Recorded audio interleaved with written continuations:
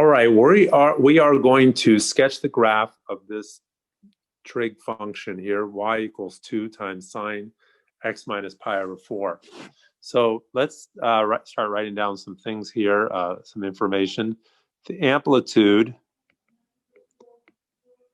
is a equals 2. So the amplitude is found by that number that is in front of sine there. It's the absolute value of that number. If that number had been negative, then you would absolute value the number. And then the period is what? Well, the period is p equals 2 pi divided by the coefficient of x. Coefficient of x is 1. So the period is just 2 pi divided by 1, which is 2 pi. So that the period does not change in this. The quarter period is something that I write down, which is the period divided by 4. In this case, it's 2 pi divided by 4, pi over 2. Now, we have a shift. You might have a little trouble understanding whether am I going shifting right or left, but if you replace x by x minus pi over 4, it's a shift right. So it's going to be right by pi over 4. Okay. I also want to find where it starts, and the way I find where it starts is I take all the whole expression that's inside of sine, and I set it equal to 0. 0 is the starting point of sine x without any translation, and then I just simply solve by adding pi over 4 to both sides. So what's happening here is I start at pi over 4, and that's my starting point. And now for my key points, what do I have? I start at pi over 4, and then what I'm going to do is add the quarter period. Now, when I calculated the quarter period, I decided dutifully to reduce my fraction to pi over 2, but it turns out I don't really want it as pi over 2. I want it as 2/4 because I want to add the quarter period to pi over 4, and so I want it in fourths. So I take 2/4 plus 1/4, and that makes 3/4. 2/4 plus 3/4 makes 5/4. So p over 4 is equal to 2/4 pi, and I'm just adding. 1 plus 2 is 3. 3 plus 2 is 5. 5 plus 2 is 7.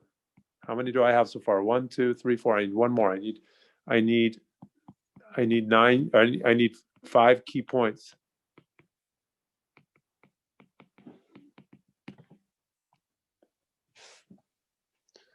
It turns out I need more space than I thought I would. All right. So I have 5 key points. Now, let me go ahead and sketch the sine graph, which is, these are all just wave functions. And I'm not going to put the y-axis in because I think that's going to cramp my style. I don't want to do that. So I'm just going to start arbitrarily at this point here, and I'm going to go up. I'm just going to make one wave. I'm just going to do one cycle. And I'm using those squares for my key points. I have 5 key points there. There's the start, which is an x-intercept. There's a maximum, another x-intercept, a minimum, and another x-intercept. And then I'm just going to label those. And later on, I'm going to go in and fill in some other things. But this, let's see, where did we start? We said we started pi over 4. And then the next one is 3/4 pi, 5/4 pi. None of those reduce. Okay. 7/4 pi, and 9/4 pi. Notice that 9/4 minus 1/4 is 8/4, which is 2. So the distance between pi over 4 and 9/4 is the period 2 pi. So you can double check that. And okay, it looks like the one square under this setup is pi over 2. So right, 3/4 minus 1/4 makes 2/4. That's 2/4 pi over 2. So actually, the x-axis under the way I've set it up would be like, the y-axis would be like this, which doesn't look as good. It probably would have been better if I had spaced these farther apart, but I didn't. Okay. But anyway, that's the way it goes. Then, it would look better, but that's okay. So then I'm going to put my amplitude too. I'm just going to, the X and Y axis are not necessary to scale at all. But I'm just, because I don't want to, I just want to do this. Get this thing done. Here's X, here's Y. Are there, okay, let me label this before I turn this off. So Y is equal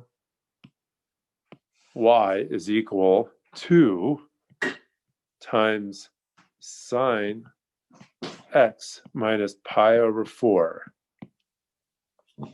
Are there any questions from any of you? How are we supposed to know the shape of the wave? Like are we just the cosine one starts off with like the little dip, and then this one starts a different way though? Well, they're both waves. The sine function, if I'm just doing sine y equals sine x, will start at the origin. We'll start with an intercept because sine of 0, 0. So we do need to start. We do need to have as our